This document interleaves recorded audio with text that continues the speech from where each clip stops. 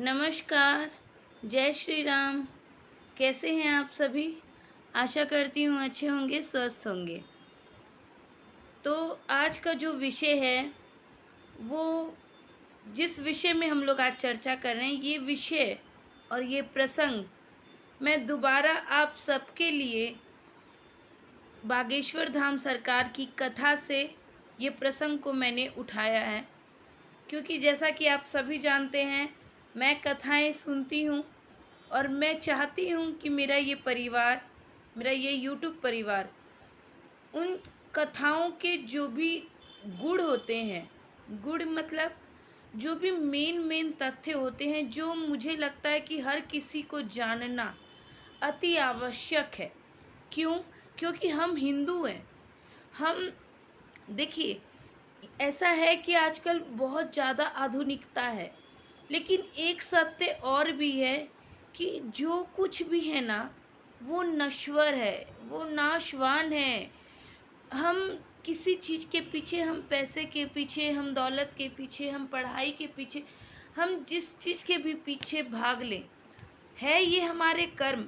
और हमें believe in Karma, हमें कर्मों पे विश्वास भी करना है। लेकिन जो जीवन का सत्य है, हम उससे भी अपना दामन नहीं छुड़ा सकते कि ये पूरा संसार, यहाँ मौजूद प्रत्येक वस्तु नाशवान है। यहाँ कुछ भी स्थिर नहीं है।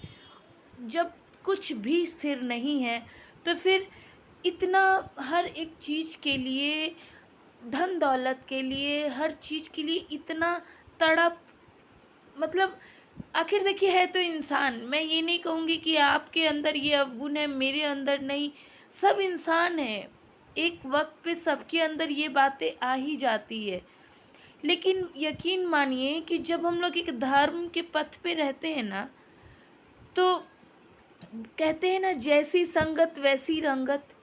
तो जब आपके अंदर वैसी संगत आ जाएगी ना, और आपको ये एहसास हो जाएगा कि ये संसार ही क्षण भंगुर है, यहाँ हर सुख क्षण भंगुर है, तो आपको उस परम पिता परमेश्वर में ना आपकी आस्था, आपका विश्वास, वो अपने आप ही हो जाएगा। सिर्फ अगर किसी चीज़ की आवश्यकता है ना, तो वो है राह बदलने की।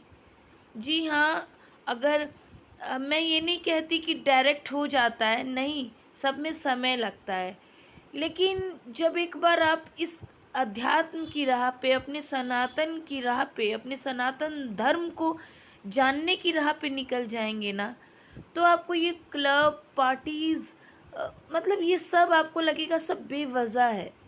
जो रस है ना, वो इस राम में ही है, इस राम नाम में ही वो रस है, वो आनंद है, वो अनुभूति है।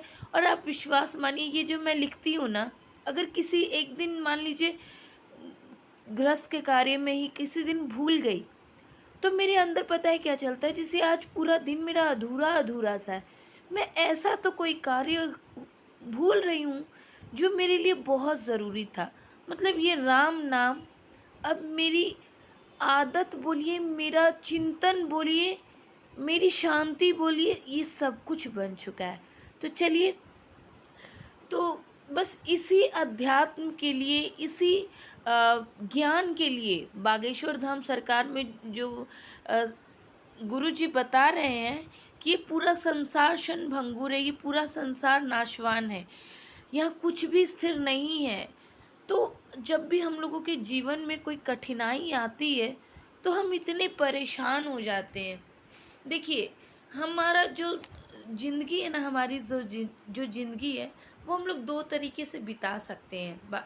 गुरु जी बताते हैं कि हम अपने जीवन को दो प्रकार से बिता सकते हैं।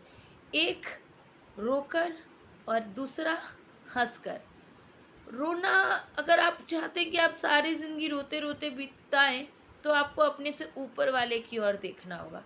तो आपकी ज़िंदगी ऐसे ही रोते रोते बीत रही। लेकिन रोना किसको पसंद है? मुझे तो नहीं लगता किसी को पसंद है। तो जितना है उतने में ही खुश रहते हैं।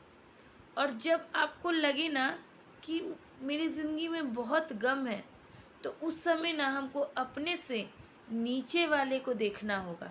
और हमारी जो ज़िंदगी है ना, उसमें आनंद बस बढ़ता ही जाएगा, बढ़ता ही जाएगा, बढ़ता ही जाएगा। तो यही आनंद होता है, और इसी आनंद की मैं बोलिए या गुरु जी बोलिए, इसी आनंद की बात कर रहे हैं कि हमें अपने जीवन को अध्यात्म की ओर बढ़ाना है। देखिए, जब जीवन में कठिनाई आती है ना, तो उससे भागना बहुत आसान है, लेकिन उसको फेस करना बहुत मुश्किल है। लेकिन हम जानते हैं, आप फेस कर लेंगे। कब फेस करेंगे? जब आप जाग जाएंगे। जी हाँ, जब आप जाग जाएंगे। यहाँ जागने का अर्थ सोकर उठने का नहीं है। यहाँ जागने का अर्थ है अपनी आत्मा को जगाना, अपने अंतर मन को जगाना। ये जो हमारा मन कहीं गुम सा हो गया, हमारा मन जो कहीं सो सा गया है, उसे हमें जगाना है। और इसी अंतर मन को जगाने के लिए गुरुजी कह रहे हैं। और यहाँ गुरुजी ने ना हमें 3 उपाय बताए हैं, 3। वो 3 उपाय क्या हैं? पहला, ध्यान। जी हाँ, ध्यान। ध्यान करना यानी हमें देखना होगा, हमें हमारे आराध्य को देखना होगा, हमारे इष्ट को देखना होगा, हमें हमारे प्रभु का ध्यान करना होगा, हमें अपने आराध्य का चिंतन करना होगा। और यही पहला उपाय है, पहला उपाय कि हम अपने जीवन में जाग सकते हैं। जी हाँ, अगर आपको जागना है तो पहला आपको ध्यान करना होगा, आपको साधना में अपने मन को रमाना होगा, तभी जाके आप पूर्ण रूप से जागने के लिए सक्षम हैं, आप जागने के लिए तैयार हैं। थोड़ा 1 मिनट का ही टाइम रोज़ निकाल के आप करने की कोशिश करिए। आपकी राह ना बदले ना, तो आप हमें कमेंट करके ज़रूर बताइएगा। चलिए, दूसरा दूसरा जो गुरु जी ने जो हमें उपाय बताया वो है ज्ञान। जी हाँ, ज्ञान यानी ये जिस परमात्मा का हम ध्यान कर रहे हैं, ये जिस परमात्मा की हम आराधना कर रहे हैं, दूसरा उपाय ज्ञान यानी उस दूसरे उपाय में हमें इस परमात्मा के बारे में जानना है। हमें इस परमात्मा के बारे में पूर्ण ज्ञान को हासिल करना है।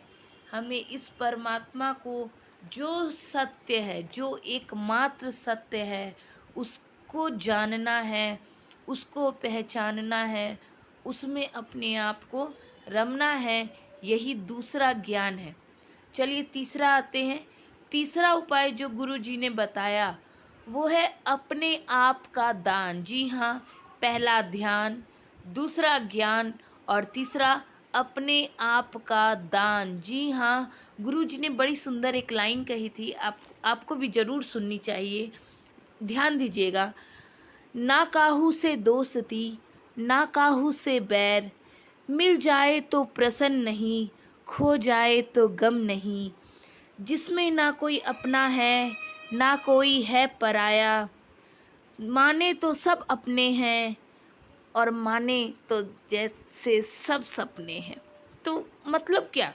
मतलब यही कि ये पूरा संसार, आप मान के चलिए, ये सब अपना है, लेकिन क्षण भर में आपको ये संसार ही आपको पता चला देगा कि ये सब अपना ही आपका सपना है। जी हाँ, तो तीसरा जो उपाय है अपने आप का दान। अब यहाँ जिस तरीके से दूध में जब पानी को मिलाया जाता है ना, तो जो पानी होता है वो दूध के मोल का हो जाता है। तो पानी ने क्या किया? अपने आप को पूरा दूध में समर्पित कर दिया। ठीक उसी तरीके से यहाँ आत्मा और परमात्मा है। आत्मा जब परमात्मा में अपने आप को विलीन कर देती है ना, तो वो परमात्मा के रम में ही रम जाती है, वो परमात्मा के अंश में ही रम जाती है। इससे क्या होता है?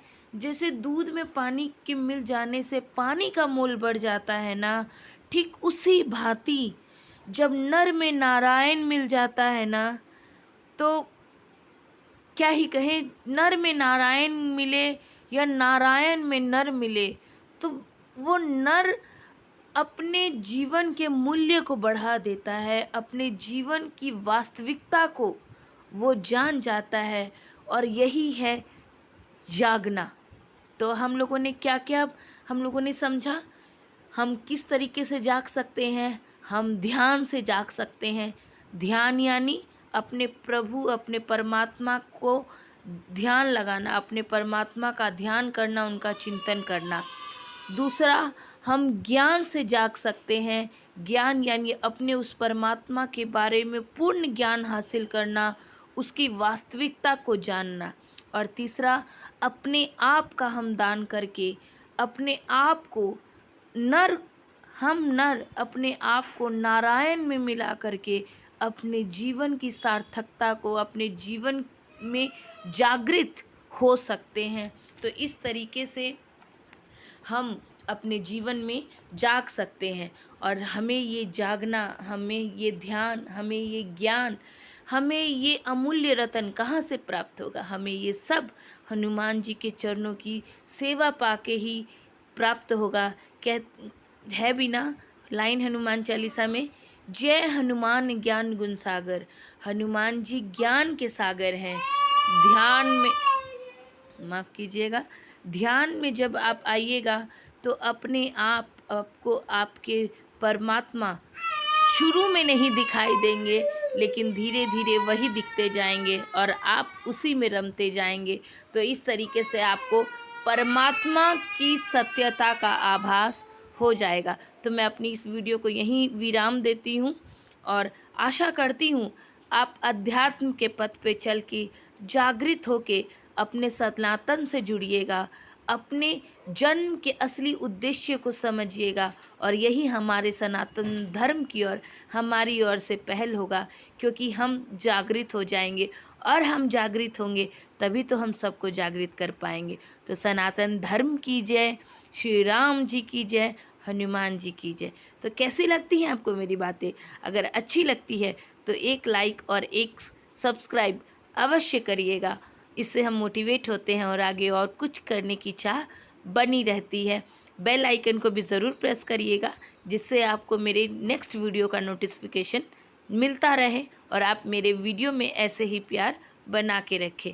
तो जय जय श्री राधे श्री हरिदास।